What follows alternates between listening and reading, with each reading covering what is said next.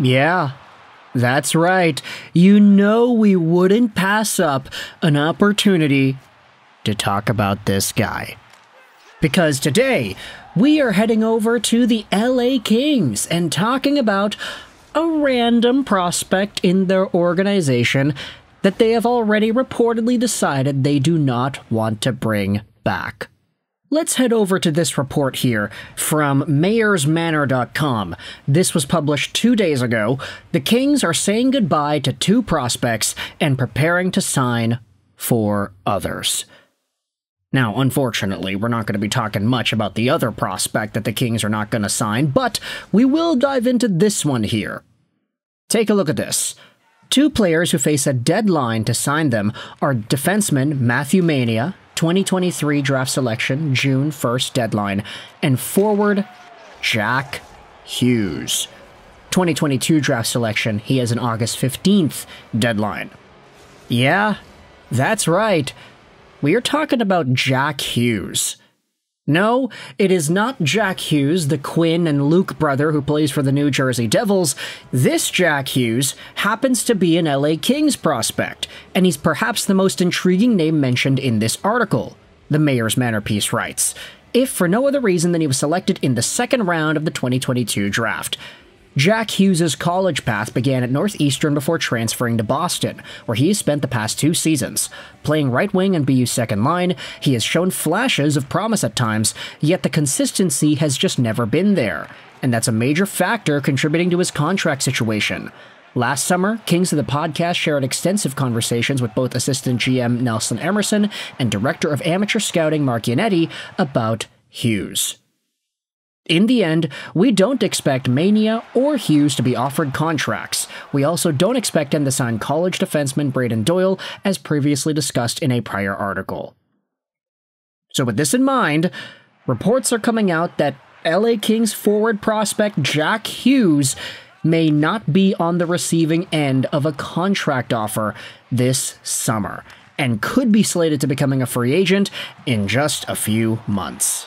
Now, normally, that wouldn't be the case. Hey, a team is not signing an NCAA prospect that they have. That doesn't automatically mean they're becoming a free agent. Normally, that would be the case, but in Jack Hughes' case, he has already played 4 years in the NCAA, thus fulfilling his college potential and leaving him with no choice but to sign with either the LA Kings or whichever team ends up offering him a contract. This article even goes out there and talks about how normally these college prospects, their NHL rights are held by the team that drafts them for as long as they will be eligible to play in college, so it's usually 4 years long. But Jack Hughes has already spent a full 4 years in the NCAA. So with the LA Kings choosing to sign some other guys instead, they are going to be saying goodbye to Jack Hughes and leaving him as a free agent to cook on the market by himself. Now, of course, the biggest thing that makes this so intriguing for the Montreal Canadiens is the fact that Jack Hughes is Kent Hughes' son.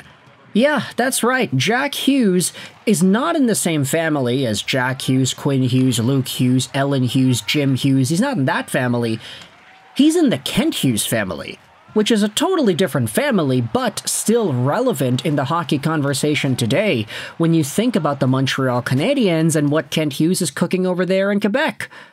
Just to go over the reference here, Jack Hughes had himself 20 points in 36 games played this season with the Boston University Terriers. Honestly, that's not great, especially for a senior in the NCAA. 21 years old, he's turning 22 in November. This is what the Elite Prospects Scouting Report Guide read about Jack Hughes in 2022. He one-touch passes, can saucer and hook pucks through layers, uses the middle lane, and baits pressure in the slot so he can distribute to open wings. He's an efficient handler on the puck, likes to deke and backhand to beat forward ones and other forecheckers. Hughes scans transitionally constantly and harasses neutral zone puck carriers. He shadows on activations, and his pressure forces errors like bad passes. So, the scouting report pretty much reads he's a play-disturbing center who is able to get involved and disrupt other forecheckers, forcing bad reads and bad plays, whilst providing some handles and some playmaking ability, too. although he didn't really translate any of that production he had in the NTDP to a significant capacity in the BU Terrier system, thus providing questions on his consistency and thus leading the LA Kings to deciding not to sign him. Now, does it make sense for Kent Hughes to go out there and make this signing instead? Well, honestly, I'd probably say not. Firstly, I don't know if Jack Hughes really is a prospect that is... Okay, this is going to sound a little bit rude, but I don't know if he's necessarily a guy that is worth taking a chance on at this point.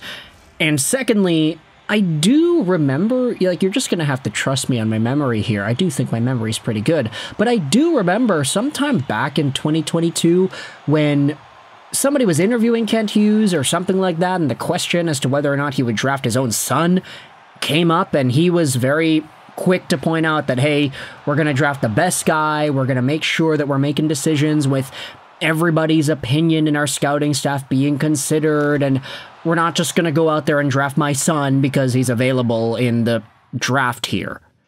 Like, I remember there was something reported along those lines from back in the day that kind of indicated to us that, okay, they're probably not going to take Jack Hughes, they're probably not going to draft him because, firstly, it would be seen as a really big deal, and secondly, we don't necessarily know if he'd even be the right pick in whatever spot the Montreal Canadiens could take him at. So, a few years down the line, if he's shown off that he's not really good enough to get signed by the LA Kings as a second-round pick from just 3 years ago, then ultimately I don't know if it's really all too productive for the Canadiens to do this. Like, back in 2022, Jack Hughes had 16 points in 39 games, which was fine. Totally okay for a freshman, draft-eligible guy. But as we had said, his production never really got better as his career went on. He had slightly more points in slightly fewer games, but didn't really explode offensively to the magnitude that you would expect a second-round NHL prospect to be able to accomplish. So Jack Hughes, whether or not he's a prospect even worth signing at this point to an NHL deal, that remains to be seen, and it's also indicative here that the LA Kings don't seem to be signing Jack Hughes to any sort of an AHL contract either. They're just letting him go. So with that in mind, I want you to let me know your thoughts in the comments section. Firstly, if you're a Canadiens fan, do you want to see Kent Hughes pull the ultimate father-son move and sign his own son Jack Hughes to a contract? Secondly, bonus question, if you're a New Jersey Devils fan, do you think your team should sign Jack Hughes? Try to get a triplet trio of Hugheses on your team before you inevitably sign Quinn Hughes in the 2027 offseason. Yeah, I am a Vancouver Canucks fan, but I think I've just kind of internally accepted it at this point that Quinn Hughes will be going over to New Jersey in a few years. I would, of course, prefer it to not happen, but there's a difference between wanting something to happen and feeling like it will, right?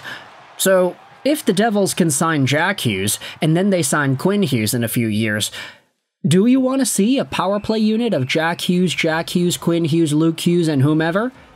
That's a crazy idea. But if Vancouver got Elias Pettersson, and a Marcus Pettersson, I guess anything's possible, right? Let me know your thoughts in the comment section below about Jack Hughes as an NHL prospect and whether or not you think this guy is worthy of being signed by either the Canadiens or, I guess, the Devils too. Kent Hughes has an opportunity to do something really funny here, and I want you to let me know your thoughts as to whether or not you think he should. I hope you enjoyed this video, and bye.